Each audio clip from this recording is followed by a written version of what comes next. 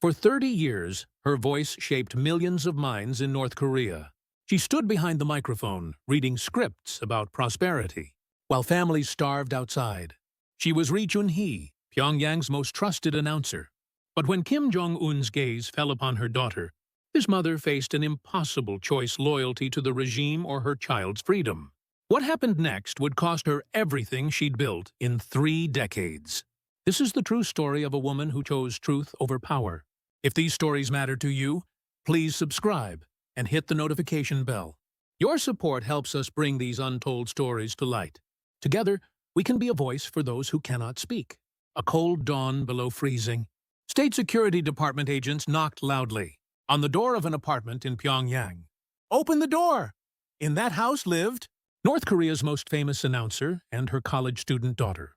She, who had been loyal to the regime for 30 years, would make the biggest decision of her life that night. What really happened in that house? Your subscriptions and likes help spread such truths to the world. I am Ri Chun-hee. You might have seen me on the news. Someone who worked as an announcer for North Korean Central Television for decades. My voice was always strong and confident. Pyongyang on the screen was always prosperous, and the people were happy. At least, that's how it was in the scripts I read. I was born in Hamhung, South Hamgyong Province. I still vividly remember playing around the Sungcheon River as a child. My mother was really good at making kimchi. During holidays, neighbors would come to taste our kimchi. Even while my father worked at the factory, he always said, "Daughter, you must become a great person." Back then, everyone was poor, but we lived by sharing with our neighbors. I became an announcer in Pyongyang at the age of 20. I was handpicked by the party. "Comrade, your voice is good. Work for the people." Thus began my broadcasting career, which has now lasted over 30 years. The party secretary at the broadcasting station always told me, "Comrade Ri Chun-hee is someone trusted by the leader, comrade." Those words were both a compliment and a warning. They meant that if I made even one mistake, it would all be over. Every morning at 6, I would get up and head to the broadcasting station. I would put on makeup, wear a pink hanbok, and memorize the script. Under the guidance of the great leader, the respected leader, comrade, every time those sentences came out of my mouth, I felt like I had become someone great. The people of Pyongyang recognized me, and those who came from the provinces would greet me. But the house I returned to after the broadcast was quiet. My daughter was eating alone and the rice pot was half empty. There were many days when the rations didn't come properly. On those days, I would go to the Jangmadang and buy rice. It's like a traditional market for us, where you could buy anything as long as you had money. But the prices kept rising. When my daughter entered Pyongyang University, I was really happy. Our daughter has grown up so wonderfully. But at the same time, I was anxious.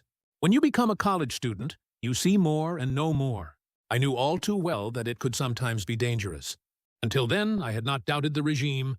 No, I had tried not to doubt it, because I believed that not thinking was the way to survive. I always smiled at the broadcasting station and remained silent at home. I had become accustomed to living such a dual life. Looking back now, I was already standing in the midst of falsehood. My voice reached millions, but no one heard the real voice inside me. That was the life I had lived. That crack started from something very small. It was a winter day.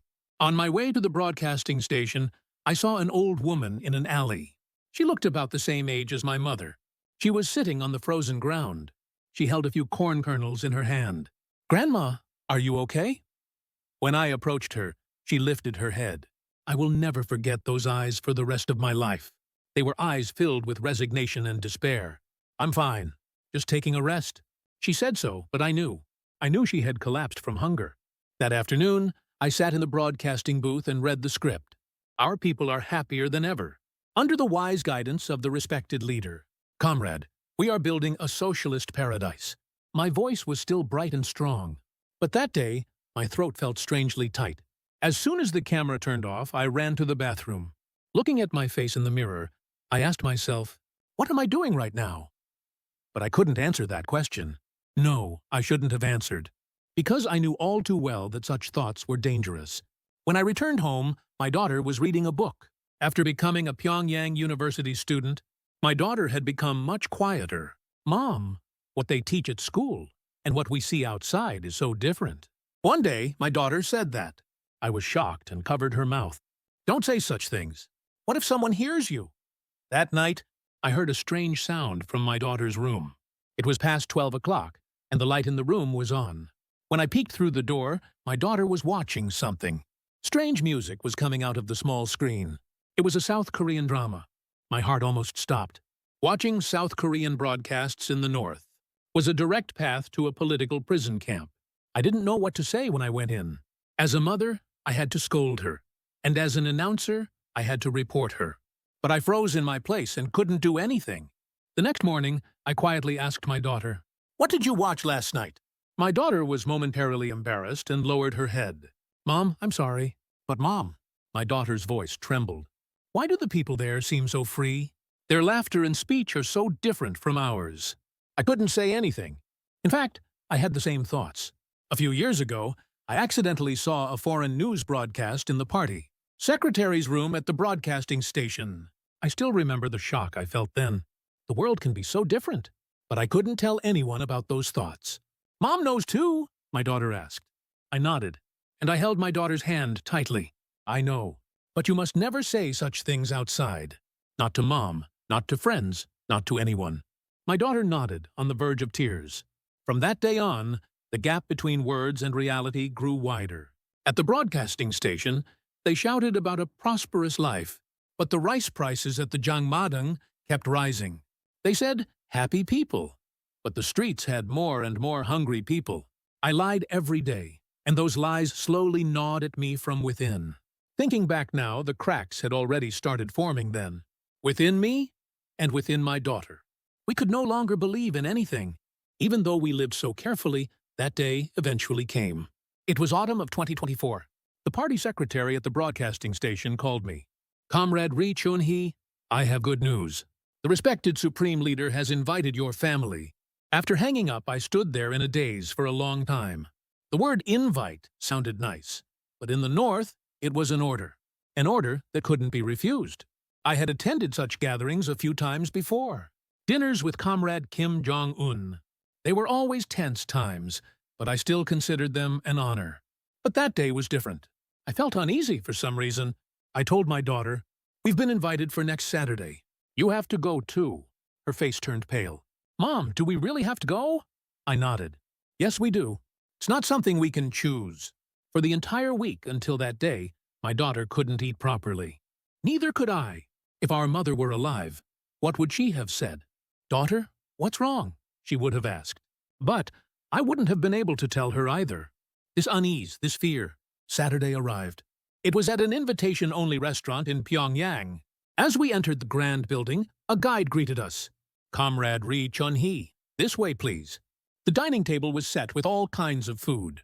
Beef, fruit, alcohol, things that even Pyongyang citizens struggled to get. Just looking at it made my stomach feel full.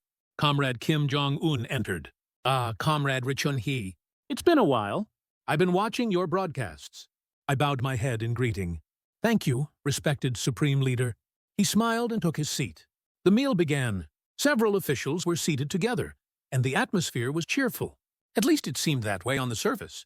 I sat next to my daughter and said in a low voice, "Relax, nothing will happen." But my hands were trembling.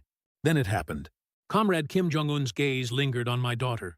I remember exactly how long that gaze lasted. 3 seconds, no, maybe 5. He said, "You're a college student, right? Are you studying well?" My daughter replied in a trembling voice. "Yes, I'm working hard." Comrade Kim Jong-un laughed. "Young students are the future of the nation. They must grow up healthy." Then he looked at my daughter again. That look, that expression, I knew it all too well. Any mother would. The meaning behind a man's gaze at a daughter, whether it was pure interest or something else. In that moment, my entire body froze. My daughter's face was stiff, as if she too felt that gaze. On the way home after the meal, my daughter cried. "Mom, I'm scared." I hugged her tightly. "It's okay. Nothing will happen." But my voice was trembling too. That night, I couldn't sleep a wink. A few days later, my daughter said she received a call from her school. They said the party contacted them. "You've been selected for a special study group." I knew what that meant. In the North, special didn't mean good. It meant being singled out, and that was a dangerous sign. My daughter looked me straight in the eyes and said, "Mom, I don't want to go." In that moment, I realized, we had already crossed a line we couldn't return from. Refusal meant rebellion, and rebellion meant punishment. After that day, everything seemed normal. But I knew. We were already being watched. Invisible eyes were keeping tabs on us. A mother knows by the look in someone's eyes. And that day, I felt our future was dark. A few more days passed. I read the news at the broadcasting station as usual. Our great nation is prospering day by day. But my mind was consumed with thoughts of my daughter. What would happen when I got home? Would there be another call? That evening, my daughter said with a serious face, "Mom, a party official came to school today. He asked to see me privately." My heart sank. "When?" "This Saturday. He said I've been invited to a special gathering." I knew all too well what that meant. In the North, "see you privately" wasn't just a simple meeting, especially if it was connected to the supreme leader. The moment I saw my daughter, I was reminded of my youth, the excitement and fear when the party called me at 20. But in my daughter's eyes now, there was no excitement, only fear. "Mom, I don't want to go," my daughter said. I was startled and looked around, worried someone might be listening. I wondered if our house might have a bug, too. "Shh, be quiet. You can't just say things like that casually." But my daughter stubbornly shook her head. "Mom, I really can't go." You saw the look in his eyes. "You know what he's thinking of me." Her voice trembled. I couldn't say anything. She was right. That night I agonized over what to do. As you know, parents want to protect their children. But in the North, that was impossible. Refusal meant treason, and treason meant a labor camp. Our entire family could be in danger. The next day, I told my daughter, "Say you're sick. Take a sick day from school and stay home." She nodded. So we made an excuse. She had a cold. She had a fever. Saturday came, but my daughter stayed home. But refusal wasn't that simple. The following week, the school contacted us again. "If you're feeling better, make sure to attend this week," they said. I made another excuse. "I haven't recovered yet. I'm still going to the hospital." A month passed like that. The more I refused, the stranger the atmosphere became. The party secretary at the broadcasting station called me. "Comrade Ri Chun-hee, is your daughter saying she's not feeling well lately?" I swallowed my saliva and replied, "Yes, that's right. I think she needs a bit more time." The party secretary's expression hardened. "As you know, comrade, the supreme leader's attention is something special. Refusing it means—" He stopped talking, but I knew what he was going to say next. "That means you're a traitor." I went home and hugged my daughter tightly. "Mom will do something. Let's hold on a bit longer." But inside me, fear was growing. What will happen if I keep refusing like this? What will happen to our family? One night, my daughter asked me, "Mom, can we keep living here?" I couldn't answer. In fact, I was thinking the same thing. Can we live safely here, or do we have to leave somewhere? That's when I first thought of the word defection. I had lived in the North all my life, been loyal to the regime, and indoctrinated the people as a broadcaster. But the moment I saw my daughter, motherhood was stronger than loyalty. I realized I couldn't protect her here. That night, I couldn't sleep a wink. Looking at the lights of Pyongyang outside the window, I thought, what lies beyond those lights? Does freedom really exist? Until then, I couldn't be sure. But one thing was certain. If I stayed here, I would lose my daughter. And that was more frightening than death. They finally came. It was February 2005, a cold winter. It must have been around 5 a.m. I woke up to the sound of someone knocking fiercely on the door. "State Security Department! Open the door!" My whole body froze. Just hearing the words State Security Department is enough to make people shudder. For us, it's like an intelligence agency, a place where, once you're taken, it's hard to come out unscathed. I quickly got dressed and opened the door. 3 security agents entered the house. "Where is Ri Chun-hee's daughter?" "The college student," I replied with a trembling voice. "She's in her room." They went straight into my daughter's room without hesitation. "Get up. You have to come with us." My daughter looked at me with a terrified face. "Mom," I stepped forward and said, "What's going on? What did our daughter do wrong?" The security agent said coldly, "Watching South Korean broadcasts, accessing impure videos, spreading reactionary thoughts. Isn't that enough?" My head turned white. The Korean drama my daughter had watched a few months ago. Someone must have reported it. That's a misunderstanding. My daughter wouldn't do such a thing. But they didn't listen. This is an order from the Central Committee. Comrade Ri Chun-hee, you should know this well. The party's decision is absolute. I realized at that moment, this wasn't a misunderstanding or a mistake. This was an excuse created because my daughter refused. My daughter was taken away. I tried to follow, but they stopped me. Comrade Ri Chun-hee, report to the broadcasting station as usual. Your daughter will just be investigated and return. But I knew. That was a lie. For 3 days, I thought I was going crazy. I couldn't eat, and I couldn't properly do the broadcast. The great leader. I stopped reading the script. How could I say such things when my daughter was probably being tortured somewhere? The party secretary at the broadcasting station called me. Comrade Ri Chun-hee, pull yourself together. Your daughter's matter is her matter, and you have your duties as a comrade. I realized then, to them, we were just parts. Announcer Ri Chun-hee, college student, whoever, just names. On the third night, my daughter returned. The moment I saw her stumbling in through the open door, I burst into tears. Her face was bruised, her lips were split. It looked like some of her fingernails had been torn off. Mom! My daughter hugged me. Her whole body was trembling. I hugged her tightly and cried, I'm sorry, I'm sorry. Mom is no good. But what would an apology change? My daughter had already suffered, and my heart was torn apart. That night, my daughter said, Mom, I asked them, why did they take me? They laughed and said, you rejected the invitation. That's a crime. I felt all the strength leave my body. It was an excuse after all. South Korean broadcasts and all that, it was all a pretext. The real reason was that my daughter had rejected Kim Jong-un's call. A few days later, another call came. The party secretary at the broadcasting station said cautiously, Comrade Ri Chun-hee, they're giving you another chance. If you send your daughter this weekend, we'll pretend the previous incident never happened. The moment I heard those words, my whole body froze. I couldn't tell my daughter. How do I say, you have to go meet him again?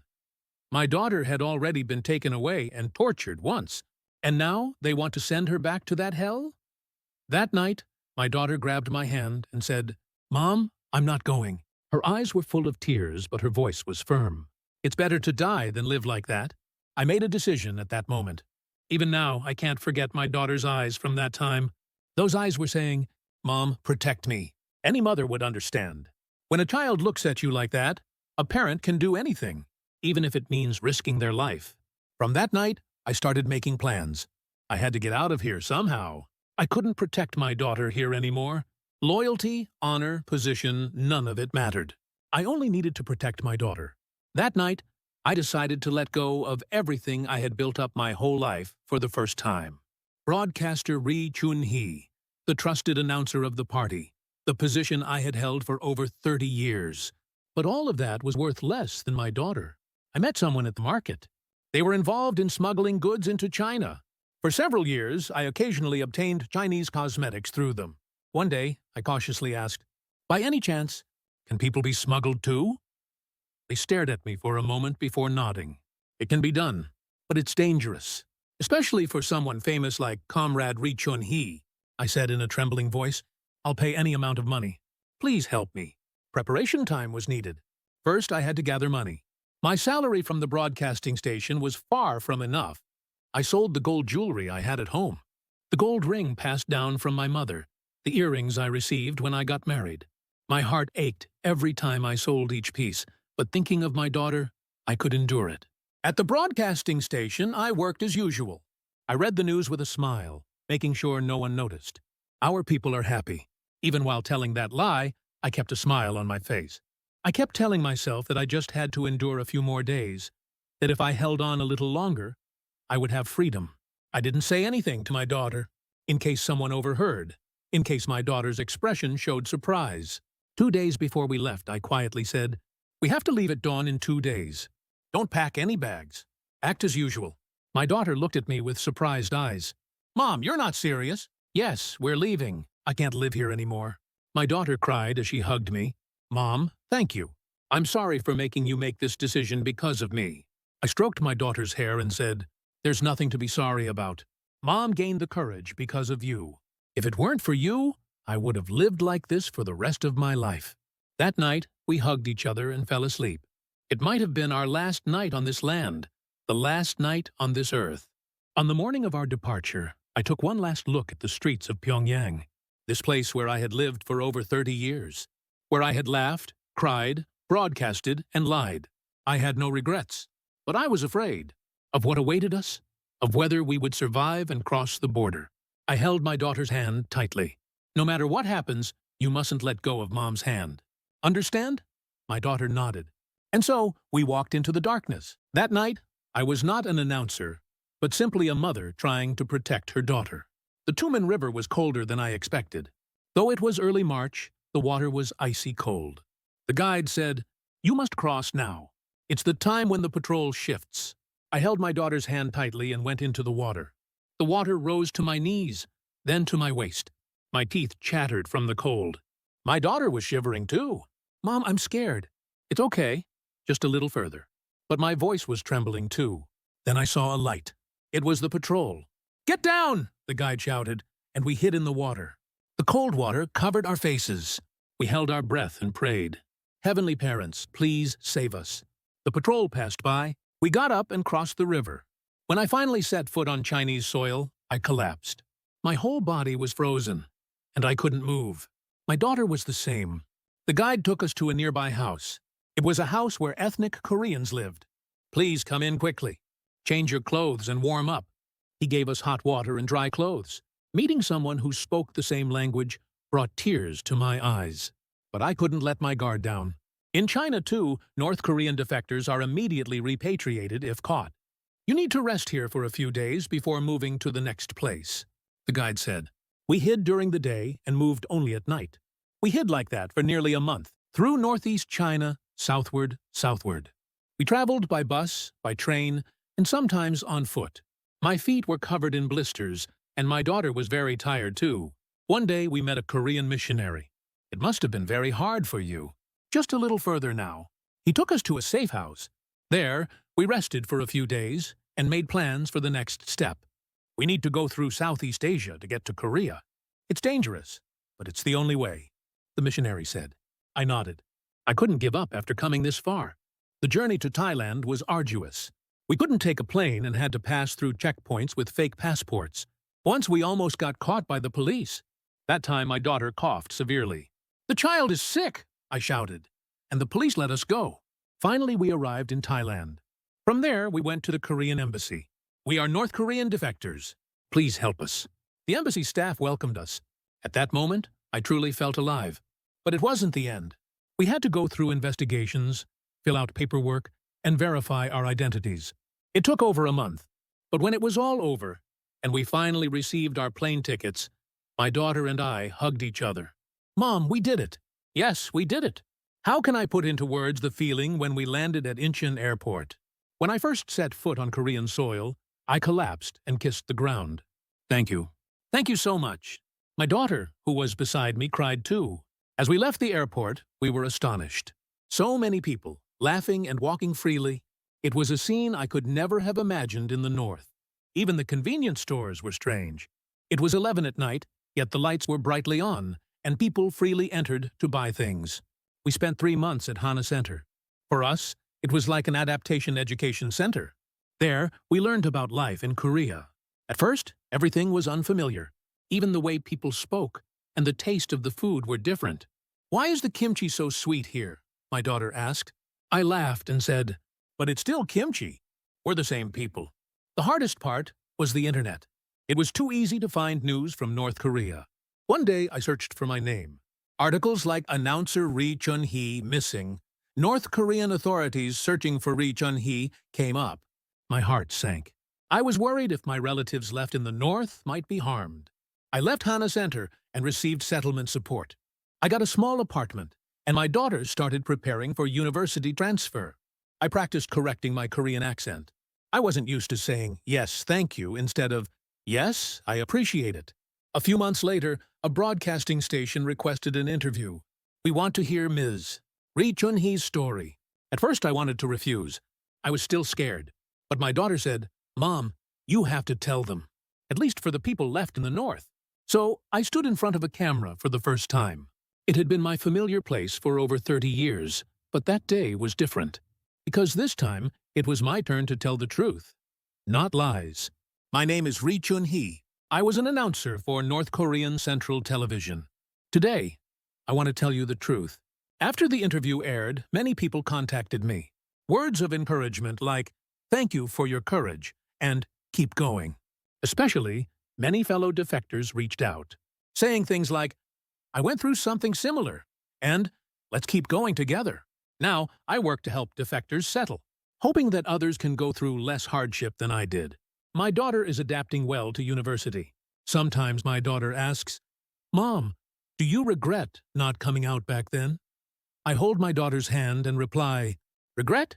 Not even once. Because only here could I breathe freely for the first time. It's truly so. Here, you don't have to be scared. You can say what you want to say and see what you want to see. I was the voice of loyalty, standing in the midst of lies. But now, I want to speak the truth. I want to speak to those left in the North, especially to mothers going through the same pain. Be brave. Freedom truly exists, and I really hope our generation can see unification. I deeply hope for the day I can see my hometown land and the Songchon River again, which I left behind in the North. Thank you so much for listening to the end of this long story. Your attention and support are a great strength to defectors like me. If this story was helpful, please press the like button once, and also subscribe. I would appreciate it if you could share it so more people can know the truth of North Korea. Thank you.